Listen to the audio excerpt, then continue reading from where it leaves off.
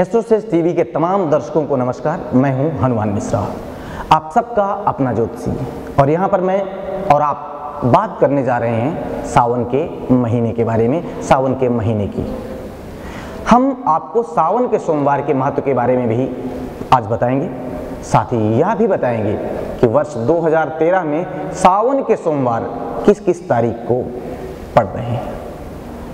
श्रावण मास कहें या फिर सावन का महीना, जब भी इस महीने का नाम आता है तो दिमाग में हरियाली का दृश्य किसी चलचित्र की भांति चलने लगता है। सावन के महीने को लेकर अनेकों गीत लिखे गए हैं, अनेकों शेरो शायरी की गई हैं, अनेकों कविताएं लिखी गई हैं। उनमें से प्रसिद्ध कवि हरिवंश राय बच्चन जी की कुछ पंक्तियां मैं आपसे बांटना चाहूँगा।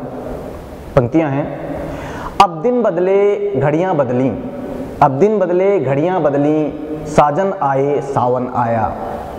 अब दिन बदले घड़ियां बदली, साजन आए सावन आया।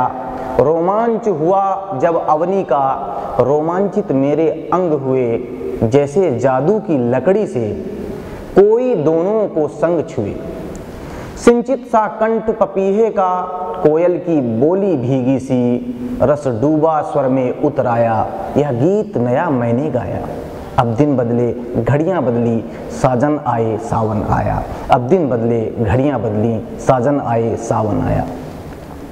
और सावन को लेकर रामधारी सिंह दिनकर ने लिखा है कि जेठ नहीं यह जलन हृदय की, जेठ नहीं यह जलन हृदय की, उठकर जरा देख तो ले।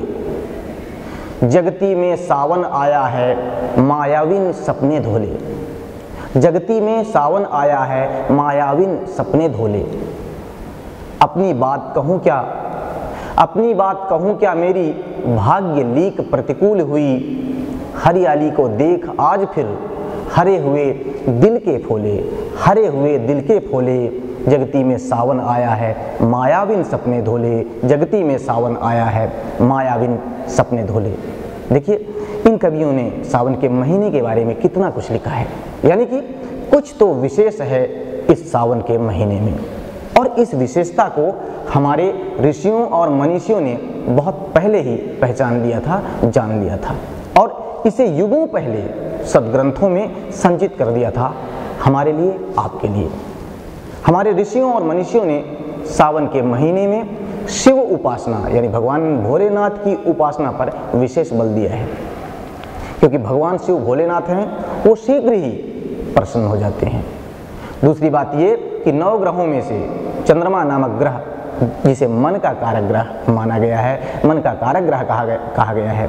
और ये भी कहा गया है कि मन के हारे हार है, मन के जीते जीत। यदि मन प्रसन्न हो तो कष्ट का अनुभव नहीं होता। और चंद्रमा का निवास स्थान जो है भगवान भोलेनाथ के शीश पर, उनके सिर पर माना गया है। यानी कि भोलेनाथ की उपासना से अन्य कष्ट तो दूर होते ही हैं, और साथ ही साथ चंद्रमा भी प्रसन्न होता है। आपकी कुंडली में स्थित चंद्रमा भी बलवान होता है, जिससे हमें तमाम कष्टों से मुक्ति मिल जाती है, तमाम तरह के मानसिक कष्ट दूर हो जाते हैं। सावन के महीने को भगवान भोलेनाथ का सबसे प्रिय महीना माना गया है, और सोमवार का दिन चंद्रमा और शिव दोनों का ही माना गया है। अतः सावन के महीने में जो सोमवार हो वह तो अत्यंत ही महत्व का हो जाएगा। उसके महत्व की कल्पना आप कर सकते हैं, बहुत ही महत्व का हो जाएगा। तो शिव जी के ये व्रत शुभदायी और फलदायी होते हैं। इन व्रतों को यानी कि सावन के सोमवार के व्रतों को करने वाले सभी भक्तों से भगवान शिव, भगवान भोलेनाथ बहुत प्रसन्न होते हैं। यह व्रत भगवान शिव की प्रसन्नता के लिए किया जाता है। और इस बार यानी कि 2013 में श्रावण मास 23 जुलाई से प्रारंभ हो रहा है, और इस सावन में 29 जुलाई को पहला सोमवार है। इसके अलावा अगस्त के महीने में 5 अगस्त, 12 अगस्त और 19 अगस्त को सोमवार का व्रत पड़ रहा है। कहा गया है कि श्रावण मास के इन समस्त सोमवारों के दिन, यानी सावन के महीने में जितने सोमवार पड़ते हैं, उसमें व्रत करने से, व्रत लेने से पूरे साल भर के सोमवार के जो व्रत हैं उनका पुण्य अपने आप मिल जाता है। सुहागन स्त्रियों को इस दिन व्रत रखने से अखंड सौभाग्य प्राप्त होता है। वहीं अविवाहित लड़कियां अनुकूल वर पाने के लिए, अनुकूल वर की प्राप्ति के लिए इस व्रत को करती हैं, अथवा अपने सगे भाई पिता की उन्नति के लिए तथा सुहागन महिला अपने पति और पुत्र की रक्षा के लिए पूरी श्रद्धा के साथ इस व्रत को धारण करती है, इस व्रत को करती है।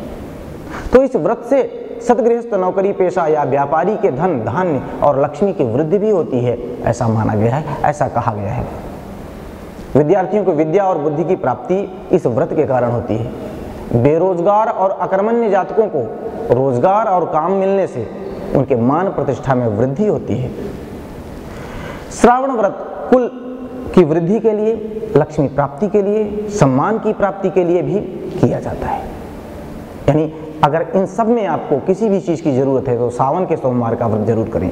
सावन में सोमवार व्रत के दिन प्रातः काल ही स्नान के पश्चात सफ़ेद वस्त्र धारण करके काम क्रोध इत्यादि का त्याग करके किसी शिव मंदिर में या फिर घर पर ही भगवान गणेश के पूजन के साथ साथ शिव पार्वती और नंदी बैल की पूजा की जाती है। नंदी भगवान शिव की सवारी हैं, उनकी पूजा भी जरूर की जाती है। इस दिन प्रसाद के रूप में जल, दूध, दही, शहद, घी, चीनी का प्रयोग किया जाता है।